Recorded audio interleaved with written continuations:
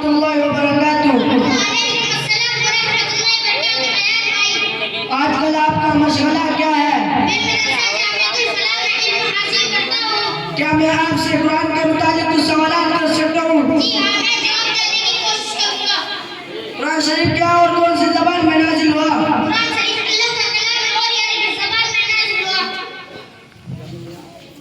कुरान शरीफ किस नबी पर नाजिल हुआ?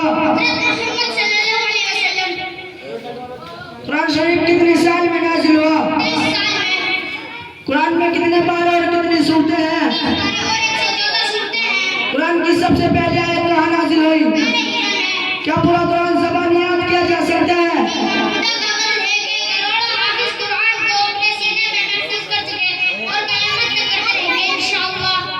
माशाअल्लाह साहिल भाई, आपने बहुत उम्दा जवाब दिया। अल्लाह आपको आलिम बामल बनाए और मदरसा जामियातुल फलाह और दीन दोनों राज्यों में तरक्की अता फरमाए। आमीन। अस्सलामु अलैकुम व रहमतुल्लाहि व बरकातुहू।